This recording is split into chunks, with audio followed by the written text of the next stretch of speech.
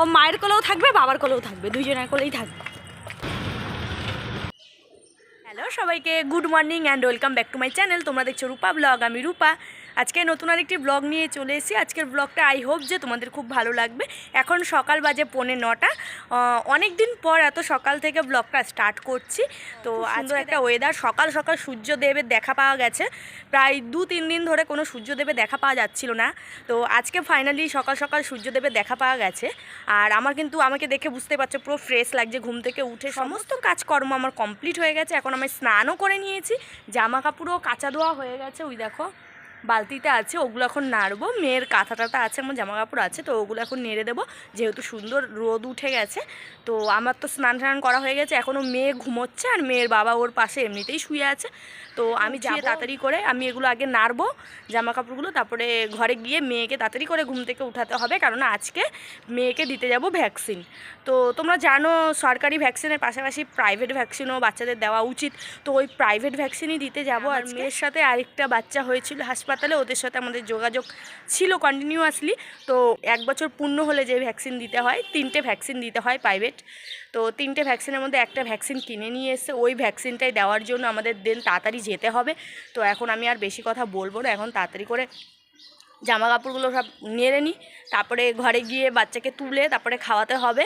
তো দেখা যাক ও ওঠে কি ওঠে না। ওকে কোনোদিন আমি জোর করে ঘুম থেকে তুলি না। ও যদি ওঠে তো ভালো, আর না উঠলে করবো দেখা যাক, এমনিতেই উঠে যাবে। আমি কোনোদিনও জোর করে ওকে ঘুম থেকে তুলে খাওয়াই না, ঠিক আছে? ও যখন ওঠে আমি তখনই ওকে খাওয়াই। তবে ব্যস্ততার সময়ও উঠি না, আমরা যখন রেডি হই ওই এমনিতেই ঘুম থেকে উঠে যায়।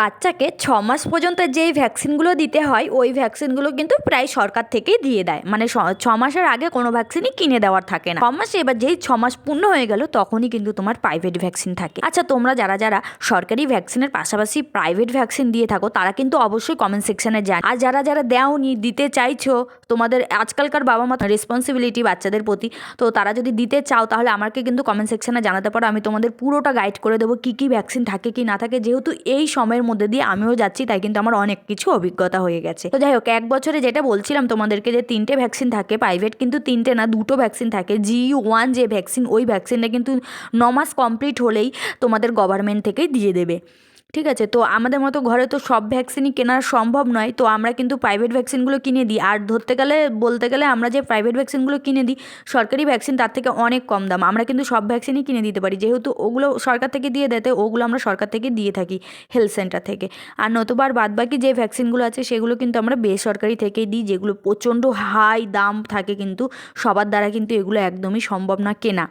একটা ভ্যাকসিন কিন্তু আমার মেয়েকে যখন 6 মাস কমপ্লিট হয়ে গেছিলো তখন দিয়েছিলাম, প্রায় 5,000 টাকার মতো খরচা হয়েছে 2টো ভ্যাকসিন দিতে। তোমাদেরকে বললাম না ওকে ঘুম থেকে তুলতে হবে না, ওই দেখো একাই ঘুম থেকে উঠে গেছে। কোনো জায়গায় যাওয়ার হলে না ও একাই ঘুম থেকে উঠে যায়। এখন আমার কাছে আসার জন্য পুরো পাগল হয়ে গেছে। ওরে বাবালে, ওরে বাবারে,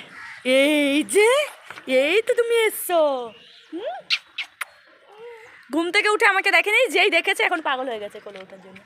কি হয়েছে, কি হয়েছে মা? কি এই যে গুড মর্নিং, গুড মর্নিং মাম্মাম, হ্যাভ এ নাইস ডে মাম্মাম। চলো আজকে ভ্যাকসিন নিতে যাবে, চলো চলো। ঘুম হয়ে গেছে।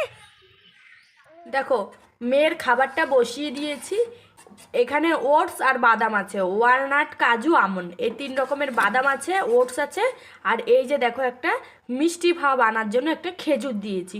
তোমরা তো জানো 2 বছরের আগে বাচ্চাদের একদমই চিনি আর নুন 1 বছরের আগে দেওয়া যায় না।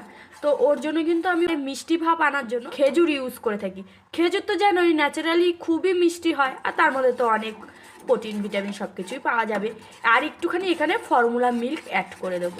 তো এটাকে একটুখানি, তোমরা তো জানো ওটস একদম 3-4 মিনিটেই হয়ে যায়। 3-4 মিনিটেই ওর খাবারটা রেডি হয়ে যাবে। আর ও গেছে ওর বাবার সাথে একটু ঘুরতে, মানে আমি খাবার বানাতে একটু রাস্তায় গেছে আর কি। তো এই খাবারটা আমি বানিয়ে এখানে একটু দুধ অ্যাড করব, মানে ওই যে ফর্মুলা মিল্ক অ্যাড করব। আর ও ফর্মুলা মিল্ক এছাড়া কিন্তু খায় না। ঘুম থেকে উঠে সবার প্রথমে আমি ওকে একটুখানি ব্রেস্টফিড করিয়ে দিলাম। তো এরপরে আমি এই ব্রেকফাস্টটা ওকে খাইয়ে দেবো। এই ব্রেকফাস্টটা খাইয়েই আমি চলে যাব ওকে নিয়ে ভ্যাকসিন দিতে, মানে আমি একা যাব না, ওর বাবাও যাবে। যেই ফর্মুলা মিল্কটা দেখছো ওটা হলো ল্যাকটোজেন 2। আমি কিন্তু ওকে ফর্মুলা মিল্কটা শুধুমাত্র সেয়ালাক্স খাওয়ানোর সময় খাওয়াই। এই সেয়ালাক্সগুলো কিন্তু আমার বাড়িতে তৈরি করা। আমি কিন্তু কোনো রকম প্যাকেটজাত খাবার আমার মেয়েকে এখনও পর্যন্ত দিইনি। 1 বছর বয়স হয়ে গেল। আমি সম্পূর্ণ ঘরোয়া খাবারের উপরেই রেখেছি। আমার নিজের প্রচুর পরিশ্রম হয়, তবুও কিন্তু আমি সেগুলোই করি। বেজে গেছে 10টা 20, বাচ্চাকে খাইয়ে দাইয়ে রেডি করি, আমরা রেডি হতে সমস্ত কাগজপত্র মানে গোছাগুছি করতে বেজে গেছে 10টা 20। এখন যাচ্ছি বাস ধরবো। তো মেয়ে আর মেয়ের বাবা সামনে আছে।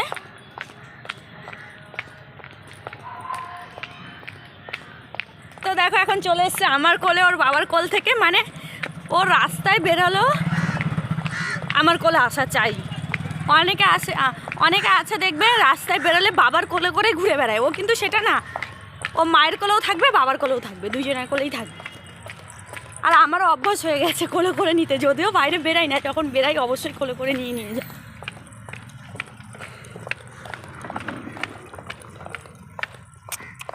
কোথায় যাচ্ছ তুমি? কোথায় যাচ্ছ? এই 10টার সময় রেডি হয়ে যাওয়ার জন্য আমরা উঠেছিলাম 8টার সময়, 2 ঘন্টা আগে। যে জায়গায় যখন আমরা দুজন ছিলাম, আমরা 10টার সময় রেডি হওয়ার জন্য 9:30টার সময় উঠলেই এনাফ। দেখি এদিকে তাকাও, এদিকে তাকাও। কোথায় যাচ্ছ তুমি? কোথায় যাচ্ছ? কোথায় কোথায়?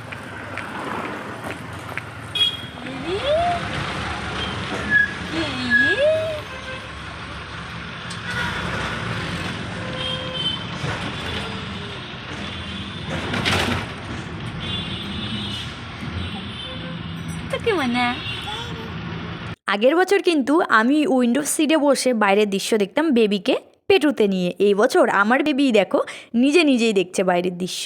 আর দেখো সব দিকে নজর আছে, মা যে ভিডিও করছে সেটাও কিন্তু ও তাকিয়ে দেখছে। ওর কিন্তু সব দিকে নজর আছে। ঘরেও যদি কেউ আসে দরজা পেটায়, ও প্রচণ্ড পরিমাণে ভয় পেয়ে যায়। ঘরে যদি কেউ দরজা পেটায়, মানে দরজা পেটানোর আওয়াজে ও ভীষণ ভয় পায়, জানো তো। যেহেতু বাচ্চা তো এমনি তো ছোটো, বেলুন দেখলেও ভয় পায়, যেহেতু বেলুন জোরে ফাটে সেটা আওয়াজ শুনেও কিন্তু ও ভয় পেয়ে যায়। ছোটো বাচ্চারা বেলুন কত পছন্দ করে, কিন্তু ওর এখনও সেই বয়সটা আসেনি। আর একটু বড় হলে হয়তো পছন্দ করবে বেলুন, কিন্তু এমনিতে এখন দিলে কিন্তু ভয় পায়। আমার মাম্মামকে ভ্যাকসিন দেওয়ার জন্য এখন ভ্যাকসিনের কাট করতে গেছে ওর বাবা। ও মাম্মা এই দেবে, এই দেবে,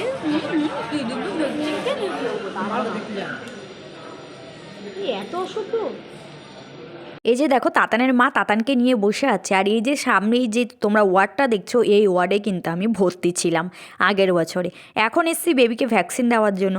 যেটা ভয় পাচ্ছিলাম সেটাই হয়েছে। G1 ভ্যাকসিনটা নিয়ে এসছে তাতানের বাবা। আর এই ভ্যাকসিনটা কিন্তু মেয়ের আগেই দেওয়া হয়ে গিয়েছিল। এর জন্য কিন্তু আমাদের আবার বাড়ি ফিরে যেতে হবে ভ্যাকসিন না দিয়েই, কেননা এই ভ্যাকসিন একবার দেওয়া হয়ে গেছে। আগে কিন্তু আমরা ভ্যাকসিনের কার্ডটা অতটা চেক করিনি। আর আমি ঠান্ডা ওয়েদার, সবাই মিলে 1 কাপ চা খাওয়ার মজাই আলাদা, তাই কিন্তু একটু চা টেস্ট করছিলাম। মা মেয়েতে মিলে এসছি বাসে করে। ওর বাবা ওষুধ নিতে গিয়ে ফেসে গেছে, ওইখানে দাঁড়িয়ে পড়েছে, অনেক দেরি হয়ে যাবে। তো ওর জন্য আমরা সকাল 10টার সময় মেয়েকে খাইয়েছি, এখন দুপুর 2টো বেজে গেছে, ওর খাওয়ার টাইমও পার হয়ে গেছে। তাই আমি চলে এসেছি, ওর বাবা ওষুধ নিতে দাঁড়িয়ে রয়েছে ওইখানে এখনও। মানে ফাইনালি যেটার জন্য গেছি সেইটা তো হয়নি, ভ্যাকসিন হলো না। হলো আমার ঠান্ডা লেগেছে, ডাক্তার দেখালাম, বেবিকে ডাক্তার দেখালাম, ডাক্তারটা দেখানো হলো। এখন বাড়িতে গিয়েই আগে মেয়েকে খাওয়াতে হবে। আমি তো সকালবেলায় স্নান করে এসেছি, তো মেয়ের তো আজকে স্নান হয়নি। আর এমনিতেও ঠান্ডা লেগেছে আজকে, এখন শীতের দিন, তো আজকে আর ওকে স্নান করাবো না, যেহেতু 2টো বেজে গেছে। গাটা একটু স্পঞ্জ করিয়ে দেবো, ব্যাস। তারপরে আগে খাওয়াবো, তাই তো, তারপরে গাটা মোছাবো, তাই তো। চলো তাড়াতাড়ি বাড়ি যা যাক। হ্যালো সবাইকে, গুড ইভিনিং। মাম্মাম গুড ইভিনিং বলে দাও তো।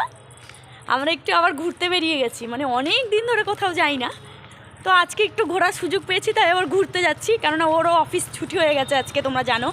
শেষ ব্লগ করেছি যখন আমি ওকে ডক্টর দেখিয়ে আর আমিও ডাক্তার দেখিয়ে বাড়ি যাচ্ছিলাম তখন। তো এখন তো সন্ধ্যে 7টা হয়ে গেছে, আর আমরা একটু যাচ্ছি, দেখি ওকে একটা সান্টা ক্লজের ড্রেস কিনে দেবো। আজকে তো 24শে ডিসেম্বর, তো কালকের জন্য। আর একটুখানি ওর ফটোটা বাঁধাতে দিতে হবে, যাই দেখা যায়।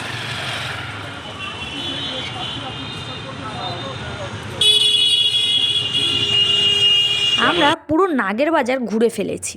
তোমরা তো জানোই নাগের বাজার এলাকায় আমাদের বাড়ি। আর এখানে আমার বেবি দেখো ঘুমিয়ে পড়েছে, বাইরে বেরালে ও ঘুমিয়ে পড়ে, যেহেতু একটু মানে বাইরে ওর ঘুরতে ভালো লাগে, আর ঘুরতে ঘুরতেই ওর ভালো লাগতে লাগতেই ঘুম পেয়ে যায়। এখানে দেখো সুন্দর সুন্দর ঘর সাজানোর জিনিসপত্র এখানে বিক্রি হচ্ছিল। যারা খ্রিস্টান তারাই কিন্তু সুন্দর করে ঘর সাজায়, এমনি বাঙালিরাও কিন্তু আমরা এই ক্রিসমাস, বড়দিন বলো, তারপরে আমার হ্যাপি নিউ ইয়ার, আমরা কিন্তু এইসব পালন করি, তাই না? আমরা কিন্তু এই বাঙালি হয়েও এই সমস্ত উৎসবগুলো খুব ভালোভাবে পালন করি এবং মজা পাই কিন্তু পালন করে। আমাদের একটা ড্রেস পছন্দ হচ্ছে তো মেয়ের বড় হচ্ছে, আরেকটা ড্রেসের পছন্দ হচ্ছে তো দাম হচ্ছে না, এই সমস্যা। নাও বেজে গেছে 8:30। আমরা বাড়ি থেকে বেরিয়েছিলাম 7টার সময়, এখন 8:30 বেজে গেছে, এখন বাড়ি চলে যাচ্ছি। কি কি কিনেছি? কিছুই কিনিনি, তো যাই কিনেছি সেটাই দেখাবো। আর এ কিন্তু ঘুম হয়ে গেছে, এক ঘুম হয়ে গেছে ওর। আজকে ঘুরে ঘুরেই ঘুমাচ্ছে সারাদিন। তোমাদেরকে বললাম বেশি কিছু কিনিনি, তাও দেখো 300-400 টাকার মতো মার্কেটিং হয়ে গেল। এখানে দেখো এই ক্লিপগুলো নিয়েছি, এই ক্লিপগুলো অনেক দিন ধরেই ভাবছিলাম নেবো, মেয়েরও হয়ে যাবে আমারও হয়ে যাবে। একটা দেখো সোনার চেন নিয়েছি, আরে সোনার চেন তো আর পরে রাস্তায় ঘোরা যাবে না, ওর জন্যই তো এই চেনটা নিয়েছি। আর এখানে দেখো মেয়ের জন্য ওই যে বললাম তোমাদের সান্টা ক্লজের ড্রেস কিনেছি। আর এখানে দেখো একটা সুন্দর সাদা পাথরের একটা কানের কিনেছি। আমার ছোট ছোট কানের শেষ হয়ে গেছে, আর আমি ছোট ছোট কানের পরতে বেশ ভালো লাগে। আর যেটা বড়দিন না হলেই না, তাই না? বড়দিন আমাদের কিন্তু কেক চাই, তার জন্য বর কিন্তু কেক নিয়ে এসছে। এখন কেকটাকেই কাটিং করলাম আর সুন্দর করে দিচ্ছি। কেকটা কিন্তু বেশ মোটা সোটা ছিল আর ভালোও টেস্ট ছিল। তো যাই হোক, সকলকে জানাই বড়দিনের অনেক অনেক শুভেচ্ছা এবং আগাম হ্যাপি নিউ ইয়ার। সকলে ভালো থেকো, সুস্থ থেকো। নতুন বছরের জন্য তোমাদের অনেক অনেক শুভকামনা রইল। তোমাদের পরিবারের জন্য সকলে যেন ভালো থাকো, সুস্থ থাকো এবং এই যে একটা ফেস্টিভ্যাল সিজন যাচ্ছে, এই সিজনটাকে তোমরা এনজয় করো। দেখা হচ্ছে পরের ব্লগে, টাটা।